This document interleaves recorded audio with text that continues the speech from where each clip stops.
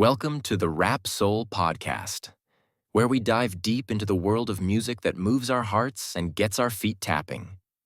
This is the intersection of rap and soul music from the 80s, 90s, and 2000s. We appreciate you for listening. Share this podcast with a friend or family member who loves music as much as you do. The podcast is hosted by 12 Kyle. Next up, the Rap Soul Podcast. Welcome. Thank you for checking out another edition of the Rap Soul Podcast. I am your host, 12 Kyle. Again, I want to thank you for checking out this new endeavor.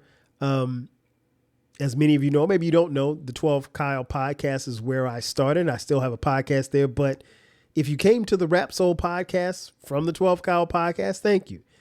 If you found this podcast on social media, thank you.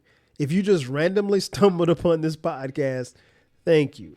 I want to thank you all again for showing up and listening and watching. What the Rap Soul Podcast is what we call the intersection of rap, soul, hip hop, and R&B from music from the 80s, 90s, and the 2000s. What we do here is we talk about artist features, album reviews, and just discussions about hip hop, R&B, and any and everything around it from that particular era. It's a time capsule that we would like to take you into. That being said, again, I want to thank you for showing up. And one thing that I will ask of all of you who are listening, take this podcast, click the link, and share it with someone who loves music as much as you do, because obviously you would not be here if you did not either love music or love me, or both. Let's get started. On this particular episode, what I want to talk about is the top 10 rap duos. It's quite simple. When you look at hip hop, we're no longer in a space where rap groups exist. Everybody is kind of out for themselves, and rightfully so. I understand it. But there was a period of time where we had rap groups, and rap groups were really a thing. But then as the years progressed, we wanted to look at groups and how we would, kind of figure out who's the best. But what I wanted to do in this particular episode is not deal with the groups, but just duos. So in trying to figure out who is the best rap duo, let's first define what duo is. Duo, definition, meaning two people. That's it. 1, 2. That's it. Not no more, no less. So if you're a rap group like Run DMC, you don't qualify for this episode. And I know what you're thinking. Well, wait a minute. It was Run and it was DMC. No, there was 3 people. It was Jam Master Jay. His name wasn't in the marquee, but you know that they're a group or a trio, if you will. Same for A Tribe Called Quest. Tribe Called Quest is really truly 4 members, but for a lot of their albums, it was 3 members. Phife Dawg, rest in peace. Q-Tip, Ali Shaheed Muhammad, and then sometimes Jarobi. But I wanted to kind of define duo before we get started, because sometimes people get it twisted. Now, let me talk about the other side of duos. When you talk about duos, could you include someone like Redman and Method Man? Because technically, they've made albums together, and they have. But the reality is, Red and Meth aren't a duo. They've done duo work. They've created, I think, 2 or 3 albums, but they're not going to qualify for this discussion. Same for Future and Drake. I think they've done a couple of albums together. I'm not sure. I can't remember. But no, they're not going to qualify either. So that's the criteria. You have to be a duo, not a duo in a sense, because even like Redman and Method Man, they're their own separate entities. They're not a duo all the time. They're a duo sometimes. and so forth and so on. So that's how we're going to do it. Now, before I give you my certified top 10 rap duos of all time, I created a criteria. I think criteria is very important when we talk about lists and we talk about where people ranked, because I think a lot of times the discussion tends to go with what we like. And that's fine. I'm okay with that. But the flip side of it is we all don't like the same thing, right? So some of us who've been around for a while, some of us who are veterans, if you will, if you see my t-shirt, it says 90s hip hop veteran, which I am. If you've been around for a while, then maybe what you like and what you listen to isn't the same as somebody that's 25, 26 years old. And I'm okay with that, particularly as a 51-year-old at the time of this recording, a 51-year-old rap hip hop head and a soul enthusiast. No, I'm not going to like the same thing as somebody that's probably 32 years old. Maybe, maybe not. That being said, I think it's very important for us to establish a criteria before we lay out any list. One of the most frustrating things that you can find on the internet, and I think a lot of times it's done on purpose, is when you see these lists that come out like the greatest rappers of all time. And then they'll have these lists, and on the list in very small fine print, it'll say, this is how we based it on.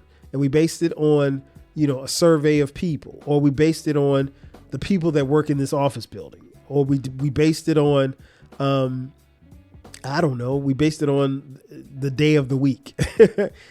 It's always something random and crazy.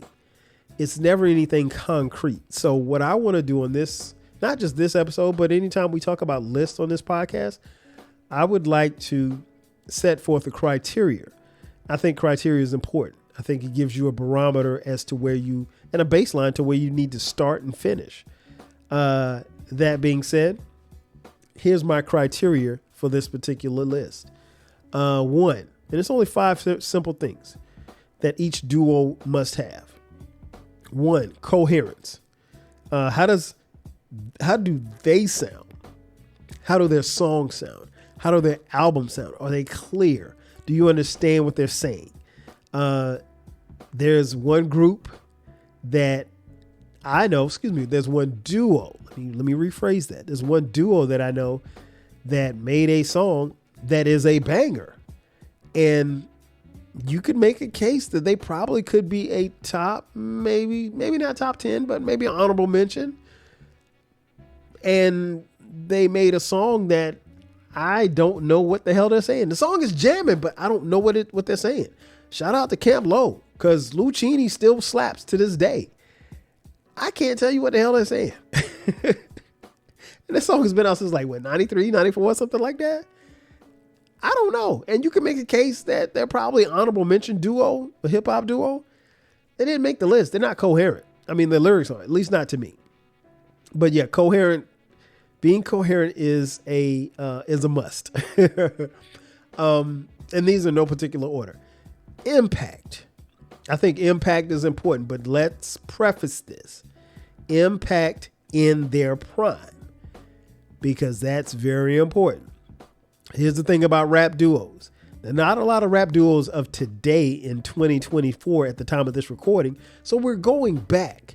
So if I used a group like Camp Lo, for example, I can't quantify their impact in 2024. I'd have to go back to 1994, right? Because that was when they were in their prime. So impact, I'm always going to talk about, if I use impact, and I'm very careful about using impact, because impact is very subjective. It is very subjective. And there's really no one true way to measure impact, because sometimes we mistake impact for popularity. And just because it's popular doesn't mean it's good. Just because it's good doesn't mean that it should be popular. Always remember that. That being said, impact in their prime, I think that's what matters.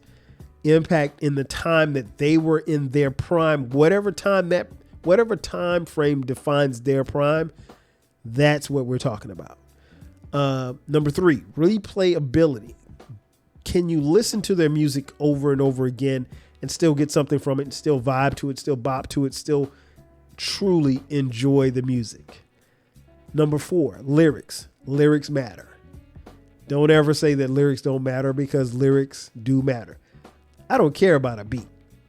If you have a dope beat, will I bob my head to it? Of course I would. Would I whop it out to it? Of course I would. But it's very important that you have some lyrics behind that dope beat. And last but not least, the production. How does it sound? How does it sound sonically? How do you sound rapping over these beats? So all of those things: coherence, impact in their prime, replayability, lyrics, and production. These are the things that help define how I came to my top 10 rap duos. And I've already described what a duo is. 2 people. That's it. It could be 2 rappers. It could be a DJ and a rapper. It can't be a DJ and a DJ. It can't be 3 rappers. It can't be 3 rappers and a DJ. It has to be 2 people. That's it. So, that being said, let's get into the top 10. Coming in at number 10, Run the Jewels.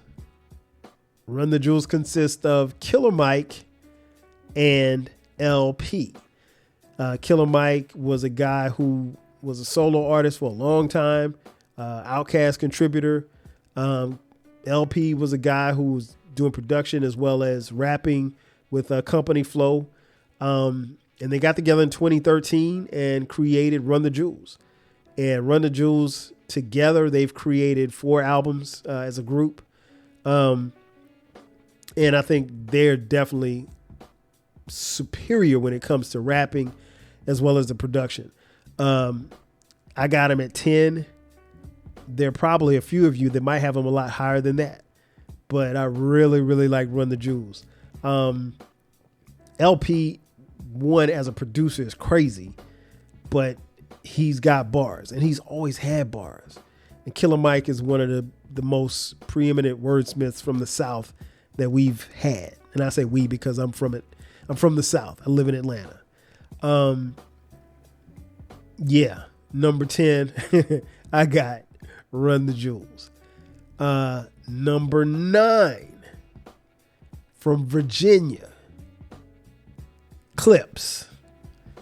The Clipse are the Thornton brothers, No Malice and Pusha T. Yes, when I say they're the Thornton brothers, they are truly blood brothers. I think the Clipse are one of those groups that, for me, really make me feel good when I hear their music. In 2002, the Neptunes launched their own Star Trek label, and the album that they dropped first was the Clipse debut album, Lord Willing. Listen, that album is still cold to this day. So they had really dark, gritty tales of the drug life and razor sharp wordplay from both MCs. Crazy production. The production from the Neptunes, Pharrell Williams and Chad Hugo, out of this world. They were very influential. Probably my favorite album from the Clipse. They had 3 albums, and I think at the time of this recording, a 4th album is on the way. Favorite album is Lord Willing. Oh, I didn't tell you. My favorite Run the Jewels album was their debut album, Run the Jewels. Love that album. So yeah, I'm going to give you the duo, and I'll also give you my favorite album from them. Coming in at number 8. From Long Beach in LA, The Dog Pound. The Dog Pound consists of Corrupt and Daz.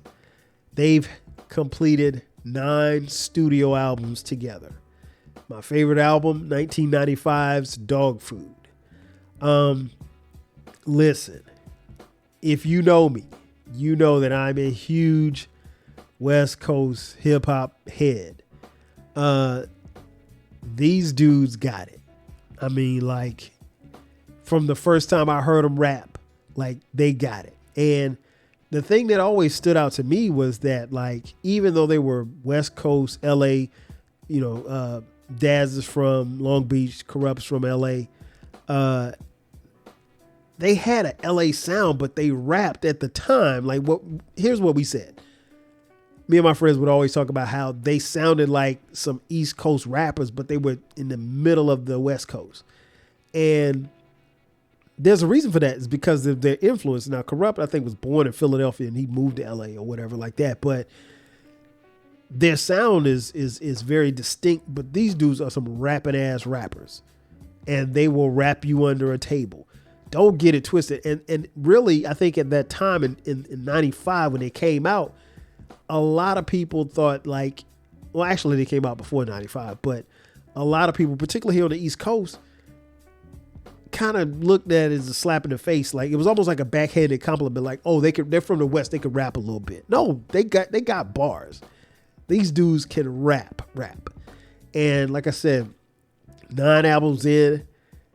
They recently dropped an album earlier this calendar year at the time of this recording, and it's dope. They aren't slowing down. So yeah, coming in at number 8 for me is Dog Pound. Coming in at number 7 from Memphis, Tennessee, 8 Ball and MJG. The members are 8 Ball and MJG. They've completed 8 studio albums together. Probably my favorite album was 1993's Coming Out Hard. Listen, that album got played everywhere. Like, that album came out when I was in college at South Carolina State University. You could not go anywhere without hearing that album. That album was phenomenal. Still bangs to this day.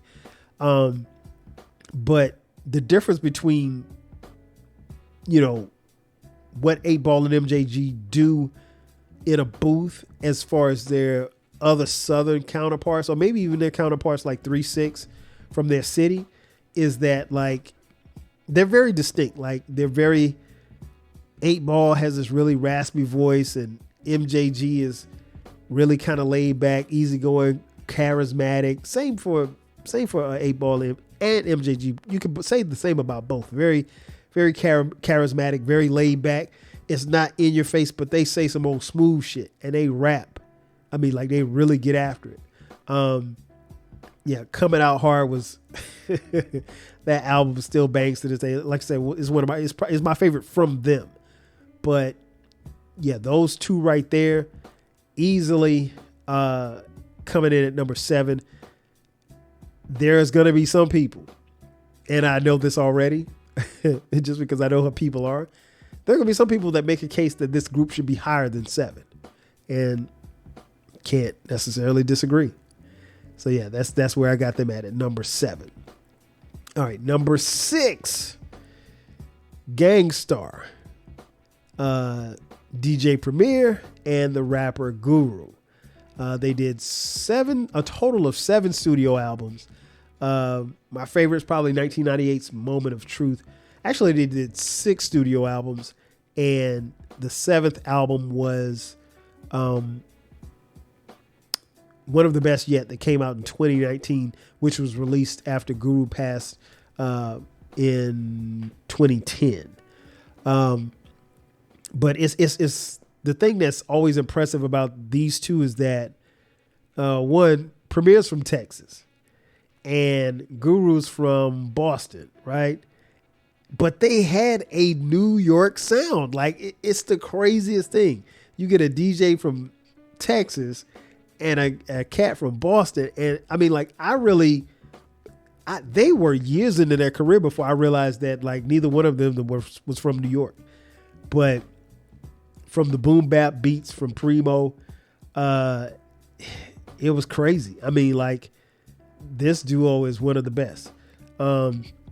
And obviously Primo did side work for other New York rappers, and his side work, along with his work that he did with Guru on the Gang Starr albums, made him a hip hop household name and made him one of the greatest, if not the greatest producer of all time. But you can't argue with songs like Mass Appeal, Take It Personal, Guru's monotone style. Some people don't like it. I was a fan of it. So I know some people will probably may have them a little higher because they weren't fans of Guru's monotone style, but I liked it. I liked it a lot. And I like Guru, and rest in peace to Guru, who tragically passed away way too early in 2010. Unfortunately, the group became estranged in 2003. They became estranged, and they never reunited for another album. They were cool, but they never reunited for another album when Guru passed in 2010. But like I said, Premier did posthumous release a new album from Gang Starr using some unreleased tracks, unreleased verses from Guru in 2019 on an album called One of the Best Yet, which is a really, really dope album. Check that out. All in all, man, I think you can make a case that, like I said, some may have, them a little higher, but Gang Starr is Gang Starr, man. They made, particularly the earlier work, man, it was some dope ass albums, man. And again, they had a sound they had a distinct New York sound, and neither of them were from New York, which was bugged out to me. So obviously rest in peace to the late great Guru, and Primo is, like I said, one of the best to ever do it. I tell you what, let's take a quick commercial break. On the other side of the break, I'll give you the other 5. We're counting down the top 10. I've given you 5 so far. We'll go to a break. We'll give you the other 5 on the other side. Sit tight. We'll be back in just a second. And just like that, we are back. Thanks again for tapping into the Rap Soul Podcast. I am your host, 12 Kyle. And again, we're talking about the top 10 rap duos. Now, before the break, I gave you 10 through 6. Let's run it back real quick. At number 10, we had Run the Jewels. At number 9, The Clips. At number 8, The Dog Pound. Number 7, 8 Ball and MJG. And number 6, Gang Starr. So now we're down to 5.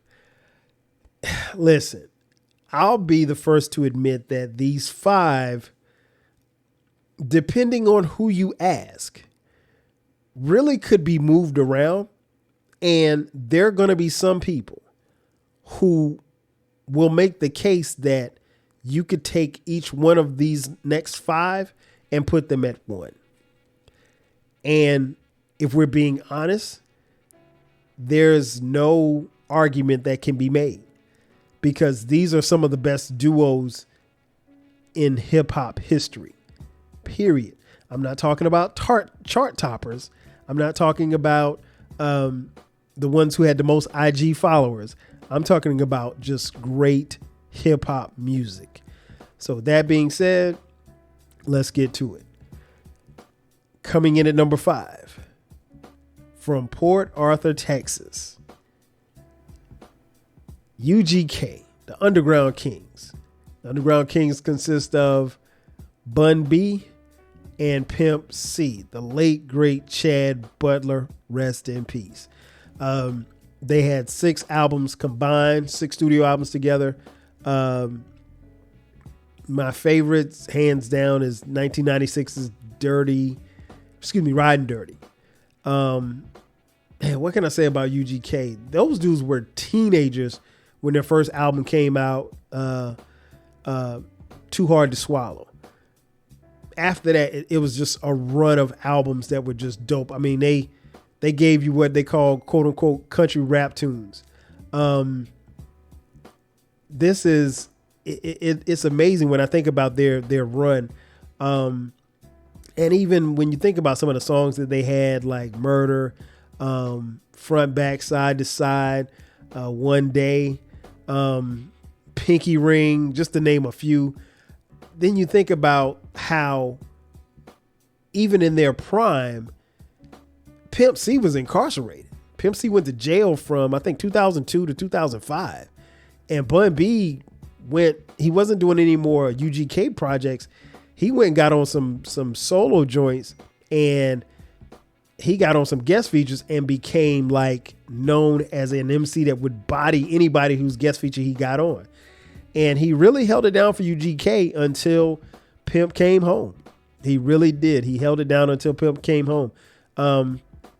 Their last album that they did together, Underground Kings, was dope. And that came out in 2007.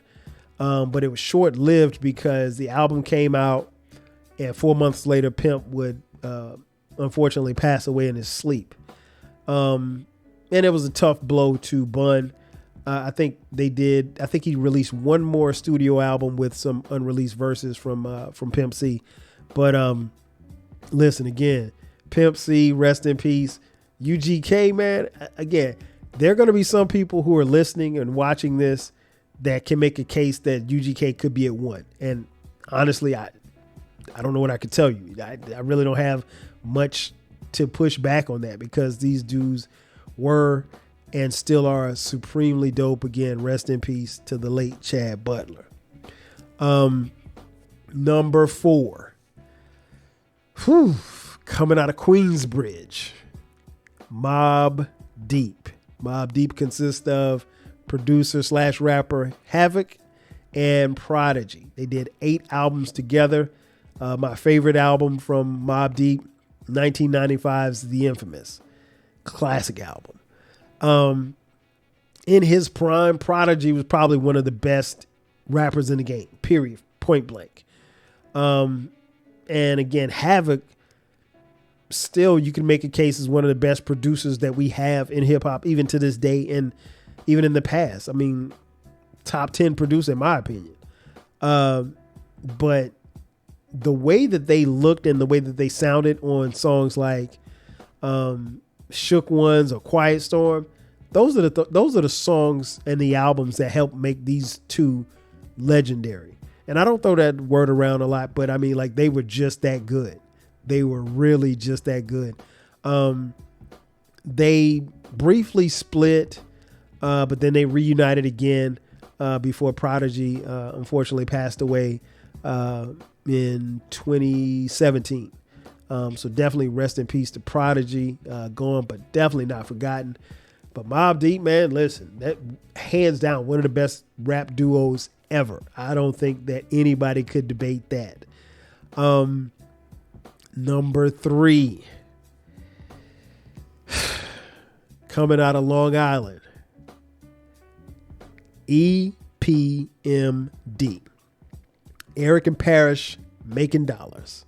The group consists of Eric Sermon and Parrish Smith. They did 7 studio albums together. There are very few artists, period, who were able to bridge the 80s and the 90s. EPMD did that. EPMD is, in my opinion, one of the greatest hip hop duos, period. They had a rough but laid back style. Their production from Eric Sermon was crazy and funky at the same time. They really had the template for what music should look and sound like in the late 80s to early 90s. And their early album runs from 88 to 92, Strictly Business, Unfinished Business, Business as Usual, and Business Never Personal. That 4 album run, crazy. It's very few who can compare and compete with that. That may be a future podcast, right? But yeah, that run was incredible of albums. EPMD at some point down the road did fall out, and we know the story. And it was devastating because I'll be honest, when I heard that they broke up, I was mad. I was mad and sad because it's like, back then rap groups didn't fold. They didn't break up. So for them to break up, that was saying a lot. And, we heard about it on the radio and it just didn't seem real. But when they got back together, it was all good and they're back together. Still rocking after all of these years. But yeah, I had to put EPMD at number 3. You could make a case. You could make a case easily for them being at 1. But yeah, shout out to Eric and Parrish making dollars. We're coming down to the top 2. This is interesting because this is a duo. This isn't a group. We have a MC and we have a DJ. And that would be none other than Eric B and Rakim. They are at number 2. The members are Eric B and Rakim. They had 4 studio albums together. My favorite album from them is a no-brainer. If you know me, it is 1987's Paid in Full, which I will say, in my personal opinion, biases included, I think it is the greatest hip-hop album ever. Ever. Let me say that again. I think it's the greatest hip-hop album ever. Rakim, hands down, is arguably one of the greatest MCs ever. And he absolutely changed the game when he came through the door in 1987. But you can make a case that he did his best work on Eric B. and Rakim's first 3-4 albums. But I think, well, I won't say 4 albums. Let's say the first 3 albums, because I think you can make a case, and a lot of people have made the case that the first 3 albums are like, 4.5, maybe 5 mic albums. And you get an argument from me because they got those mics. But yeah, so that would put it in classic status. And that's hard to argue. It really and truly is hard to argue that those first 3 albums are some of the best albums that we've ever heard. And it was with Eric B. And over a period of time, like, Eric B hasn't really found his footing as a solo artist.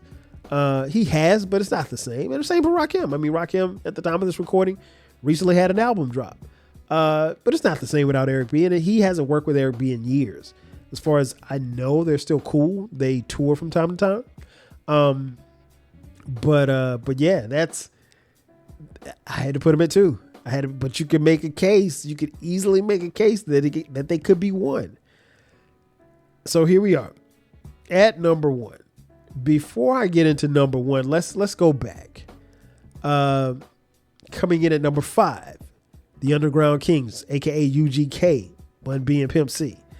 Number 4, Mobb Deep, Prodigy and Havoc. Number 3, Eric Sermon and Parrish Smith, aka EPMD. And number 2, Eric B and Rakim, coming in at number 2. And number 1, right here in the ATL, Outkast. Outkast consists of Big Boi and Andre 3000. Together they made 6 studio albums, including my favorite, 1998's Aquemini. What can I say? I think there's some people that may not have Outkast at 1. I don't know how you couldn't have them at 1. I'll be honest. But Outkast, they're one of the few groups I think that those albums, as they came out, progressively got better each time that they came out. So I don't think, for as great as Southern Playlist Cadillac Music was, I think, ATLiens was that much better. And for as great as ATLiens was, I think Aquemini was that much better. And so Outkast, I think, is just one of those groups that they evolved. And even their sound, their look, their appeal, it changed over time.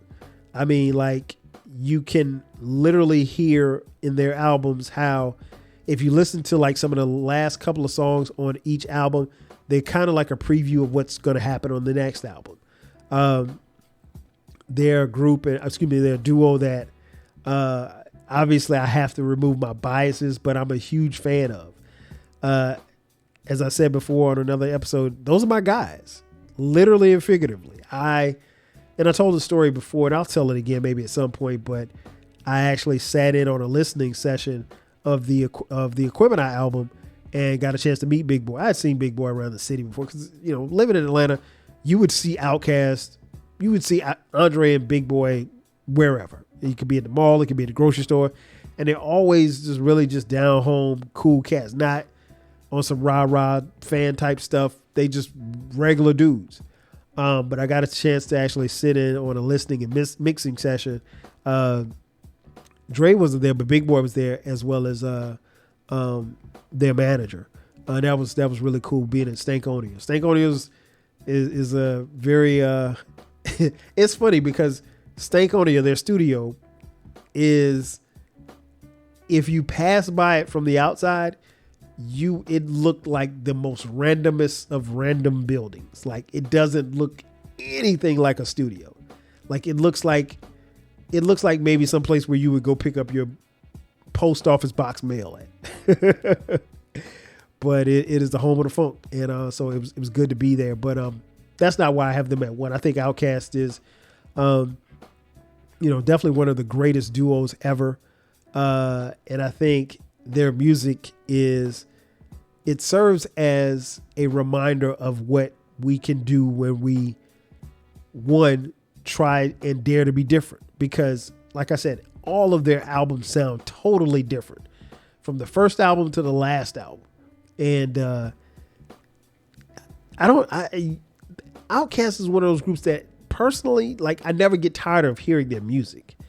And I think that's one of the things that speaks about their longevity, even though we're not factoring longevity into this conversation. But the replayability of their albums is still there. And they always come with something. It's always something. It's always funky. As you all know, Big Boi is still making music as an MC. Andre, not so much. At the time of this recording, Andre has made a instrumental flute album. He's now playing the flute. People always ask, because they know I'm such a fan and I'm tapped in with them. I mean, I don't know them personally. Let me start by saying that. But people always ask, like, do you think we'll ever get another Outkast album? We are never getting another Outkast album because Andre doesn't want to rap. And I respect it. I don't like it, but I respect it. I respect his wishes that he doesn't want to rap anymore. And that's cool. I would rather him say, I don't want to rap anymore, as opposed to him going in a booth and rapping some bullshit. I don't want to hear that. But I do miss them as a duo. But, the great thing about their music, just like everybody else's music on here, that I mentioned, anytime you want to hear it and get that feeling, just press play. Just press play and it'll take you back. And, but yeah, there you have it. That is my certified top 10 hip hop duos. And that is going to do it for me. Thanks again for listening to this episode of the Rap Show. I'm getting tongue tied here. The Rap Soul Podcast. Be sure to subscribe to the podcast. You can find this podcast on any major platform, any streaming platform, wherever you're listening. Please, ma'am, please, sir, hit subscribe. If you haven't done it, hit it right now. Because I really and truly believe that once you hear one episode, you're going to want to hear another one and another one and another one. And we got something before that. Because this is the birth, if you will, of the Rap Soul Podcast. What I decided to do was not just give you one episode, but actually 3 episodes. So after you finish listening to this episode, understand that there are 2 other episodes that you should go check out, listen to those, and then come back next Monday, because there's going to be a new episode every Monday going forward. Again, we're on all streaming platforms. The link tree is in the show notes. Click the link tree and subscribe there. If you would like to continue this discussion, this is very important. Go to our Reddit page. There's a Reddit page just for this particular podcast. Go to Reddit, the Rap Soul Podcast. It's right there. And hop in there and tell us what you think. Tell us If we got it wrong, if I got it wrong, if you would move some people around, give me your certified top 10. I would love to hear your feedback. But be clear, keep your comments respectful. Respect yourself and respect others. We don't want no problems. We're grown people here. I shouldn't have to tell you this, but every now and then somebody gets in the comments and says something crazy. But don't say anything crazy. Let's just keep it professional. Let's keep it G, and we'll be cool. All comments are welcome. All opinions are golden. Disrespect ain't. Always remember that. Respect yourself and respect others. I also welcome your feedback on YouTube. We have a YouTube channel. Just go to YouTube, subscribe there if you want to watch the episodes, or if you want to listen on YouTube, the Rap Soul Podcast on YouTube. You can subscribe there and also leave comments there in the comment section. You can also comment on Spotify as well. We're on Spotify as well. Keep in mind, like I said, that this is the birth of this podcast. So there are 2 other episodes. Go listen to those episodes. This is the Rap Soul Podcast. This is the intersection of rap, soul, hip hop, and R&B from the 80s, 90s, and the 2000s. Last but not least, if you're on social media, Twitter X, Instagram, Facebook, Threads, TikTok, follow us there, the Rap Soul Podcast. You can follow me, 12 Kyle, on those platforms as well. Again, that's going to do it for me. Again, thank you for checking out this edition of the Rap Soul Podcast. Remember, there's 2 other episodes that you can go listen to. Go check those out right now. We'll catch you guys next time. 5,000. Thank you for listening. This concludes the episode. Be sure to subscribe to the Rap Soul Podcast. You can find the podcast wherever you get your podcasts. Follow the podcast on social media. And feel free to continue this discussion on our Reddit page. More importantly, share this podcast with a friend or family member who loves music as much as you do. Until next time, 5,000.